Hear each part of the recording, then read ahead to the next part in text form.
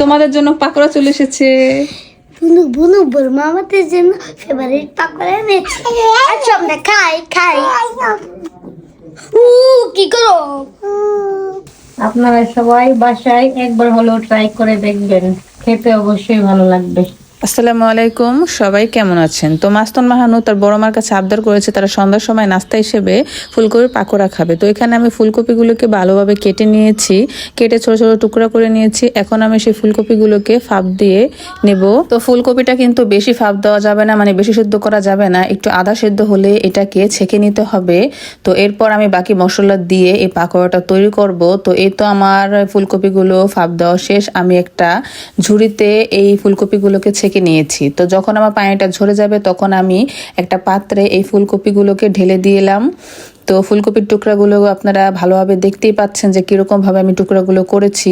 তো এরপর আমি সেই ফুলকপির মধ্যে পেঁয়াজ কুচি, কাঁচামরিচ কুচি, ধনেপাতা কুচি দিয়ে দিচ্ছি।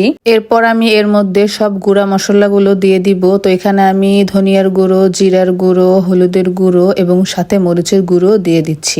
তো আমরা পাকোড়াটা একটু ঝাল ঝাল খাবো, যার কারণে আমরা কাঁচামরিচও দিয়েছি এবং গুঁড়া মশলাটাও দিয়েছি। তো আপনারা চাইলে কিন্তু গুঁড়া মশলাটা স্কিপ করতে পারেন। তো সব একসাথে দিয়ে এর মধ্যে এখন আমি ভালোভাবে মেখে নিচ্ছি।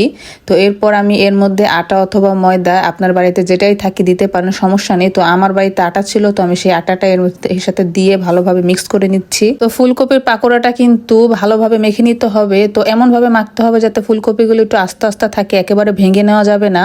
তো এরপর আমরা একটা কড়াইতে তেল গরম করে এর মধ্যে আমি একটা একটা করে ফুলকপি দিয়ে দিচ্ছি। তো ব্যাস, আমাদের ফুলকপি পাকোড়া কিন্তু তৈরি। তো এরপর আমি নিয়ে মাস্তুন আর মাহানুর কাছে পাকোড়াগুলো দিয়ে আসলাম। তো আমার ভিডিওটি ভালো লাগলে অবশ্যই শেয়ার করে দিবেন।